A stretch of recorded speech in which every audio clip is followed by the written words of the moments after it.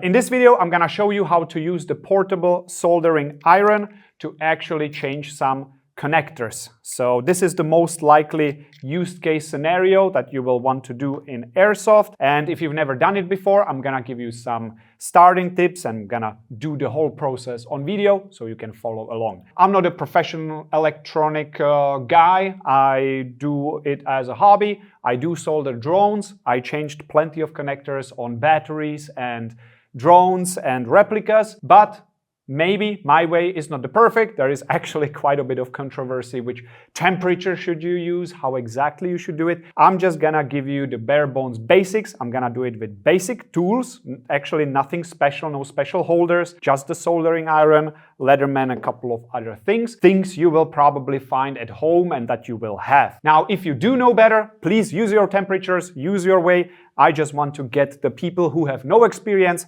started. All right, and that's exactly what we will do. So we will plug in our soldering iron into the battery. I want to show you that it works with the battery, and we will not turn it on just yet, so it's not hot yet. We will just prep what we need. So, why I don't have a replica here? Well, I don't have a replica without the Deans, so I don't want to unsolder them and then solder them again. So I just took the connectors on the replica. This end will be sticking out of the replica. This is the battery end.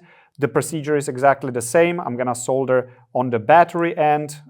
Doesn't really matter, it's the same. What I like to do is to actually plug the connector in, because if I accidentally overdo it with the heat, it will not necessarily melt the plastic right away because there is more mass from the other connector as well, and it will hold it in position. So I like to plug it in. So if you have the other piece, just plug the other piece in. If this is from the replica, you know, just use a different connector. Hopefully you have some spare ones. Well, you will need at least a pair to actually change something. Now, what is important to not do is when you have the replica connector and you want to solder the replica end, don't put it into the battery, into the plug that's actually on the battery and start soldering on it. No, take a different plug that is not attached to a battery and use that one to hold and absorb some of the heat. Don't do it with a live battery. Now, if you are soldering the battery end, you need to cut it off. How do you do that? Be careful if these two wires touch. There will be a short circuit and it might damage the battery. There will be sparks, something might start burning. You don't want that. If you start messing with this connector on the battery, you need to make sure to only cut one wire at a time and do one wire at a time. So you first cut one of them and you do your soldering on the connector. Once that is done and isolated with electrical tape or the shrink tube, you can cut the other one and do the work on the other one. Don't do the following. This happened to me many years ago. That's how I learned this. And I heard many people experiencing the same issue. They take pliers or scissors or something and they just go tuck, and then there is sparks, damaged battery, it's done. If you cut both of them at the same time, there is gonna be a short circuit. Again, things might start burning. You don't want that. Work one wire at a time, make sure it's done and isolated, then start working the other wire. Now, to hold it, there is holders, there is arms, like things dedicated for soldering, but we don't have those in the field. Maybe you will be in the field, you will have to do it, and then you don't have your lab equipment at home. So what I like to use is a Leatherman with a rubber band, which actually allows me to hold the connector in a certain position on the table with enough weight on it. That's how I like to prop it, and I actually do it in the studio as well when I could have proper equipment. Now we will take the cable and we will strip it. Again, you maybe have wire stripping pliers, right? But if you don't, this is how you can do it. You just slightly cut it and you take it off like that. I like to twist them so it doesn't split too much. Actually, let me show it better on the camera. And you just put light pressure on it. You cut through the wire a little bit, but not into the not into the strands on the inside, you just pull it off. By the way, if this is the correct size, you can actually use it as a hop-up pressure thing. I've done it a couple of times, works quite well. You just need the correct size. All right, now we will just take the Leatherman and prep it again with the rubber band, just like that. And we can, oops, that's why it doesn't want to go, because of the other string. And we just hold it like so on the table. And actually we will turn it around because on this side, okay, the connector, you will see that there is more space on this side than there is on this side. So I like to put the wire on this side and on the inside of this, just so it's more compact. I guess it doesn't matter, it just makes it a little neater. So that's why I do this. By the way, this one is plus and this one is minus. You can see it by the color of the wires. If you have colored wires, don't mess it up. Actually, it can destroy your replica or your charger, depending on what you are soldering. It can start burning, potentially the whole house burns down, so, you know, mind the colors. Plus and black is minus or ground. Okay.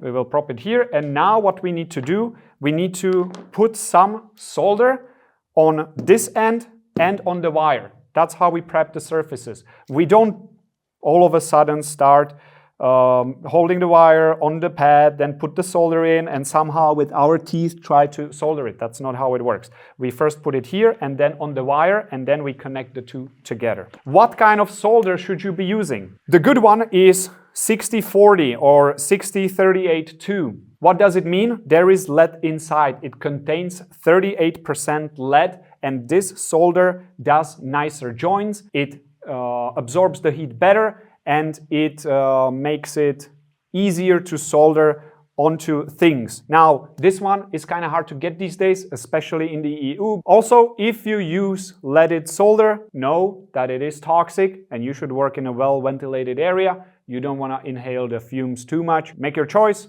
This one makes it way easier, but do it outside or put a fan nearby. This is from a drone company from France, Drone FPV Racer. If you are looking for a place where to get proper solder, that's where you can get it.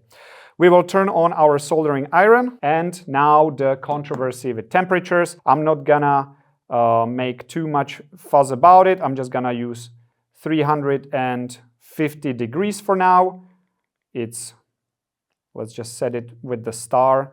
If you hold this button and this button, there is gonna be a star here above or next to the temperature rating, and now it allows you to jump 30 degrees at a time. It's way faster than just pushing the button 50 times to get from 300 to 50. Now we are getting to the temperature we want.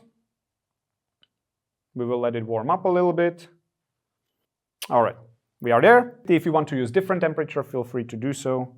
I think this one will work just fine. So we put some solder .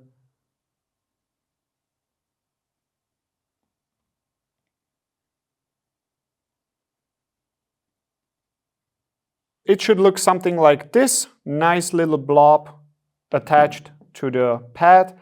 Now what I will do is turn it around, and I will do the same on the bottom.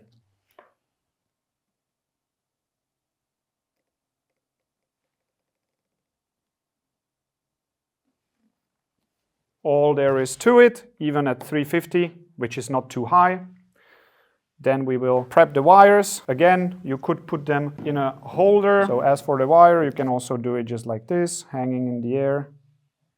Just put it there. You will see that it soaks it in and it forms a little blob at the end of the wire. We will do the same with this one.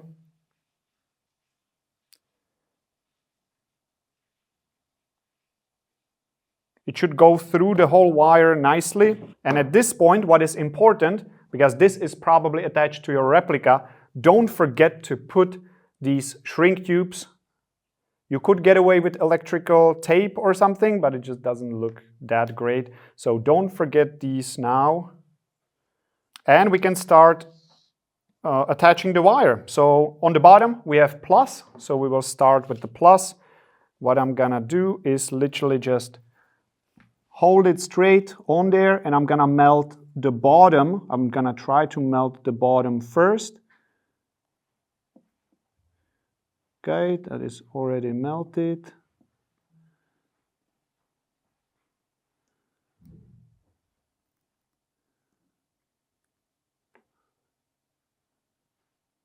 There we go, that's a nice strong joint.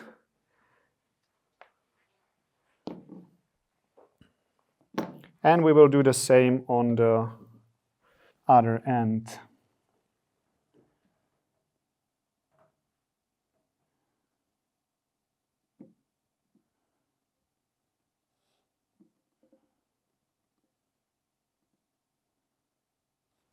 All right, there we go. We are done with the soldering iron. Now we can pull these shrink tubes. If it's warm, it will already kind of attach itself. If it doesn't, we will take a lighter, which I put here.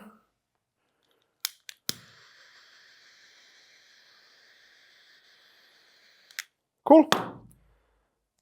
And now you have Dean's connectors attached, and it looks decent, I must say. Now, important, if you want to keep your soldering iron nice and functioning well, let's say, what you should do is actually you should put some solder on the tip to prevent oxidization. So make sure there is something covering it, throw away the excess, and just disconnect it and leave it like that. Now obviously it's hot, so if you put it on something, you know, flammable, keep an eye on it, or just use this, soak it with water. I actually put some water in there. You can clean the tip on it. That's how you use it. All right, let's not make this video too long. This is the basic tutorial how to change connectors, and I hope this video helped you. See you in the next one.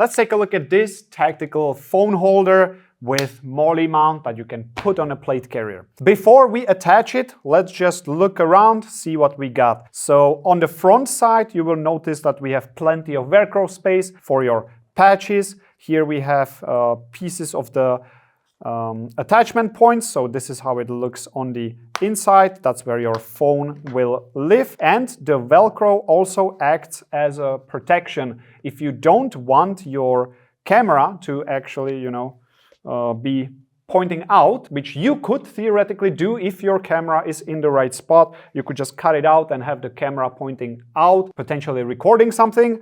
I personally would leave it as it is because this area is where you get hit. That's why we have the Velcro there to protect the phone. With that said, this side is sticky. Now, it will not be in contact with your phone because here we have a nice raised surface for the phone specifically.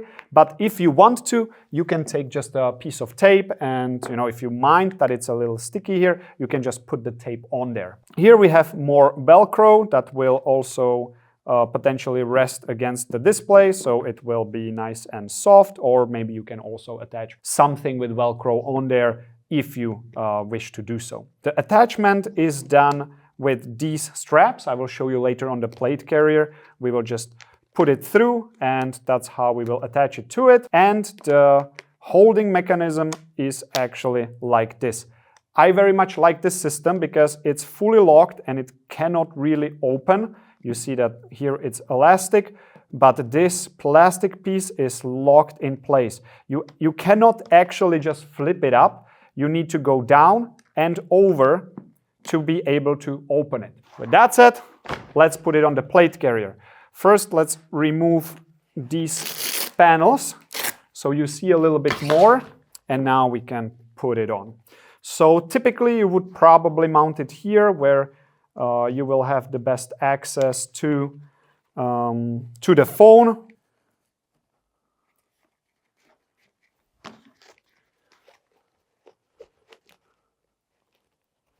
All right, we got one side.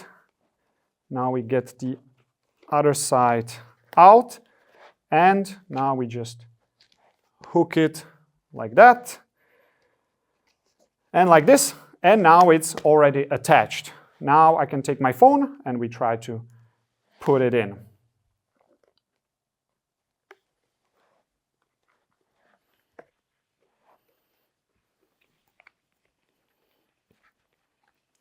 Four corners, and we are done. Now my phone is ready to be stored, protected from the BBs, but if I have a map on it, I can just open it, I can look, I can do what I need to do, and quickly close it again. So super handy place, protected from BBs. If you want to use it for some admin stuff, map, navigation, or just have quick access to your notification because we are posting on Instagram and such, there you go. This is definitely an interesting choice that will work quite well, I must say. All right, if this fits the bill, check it out.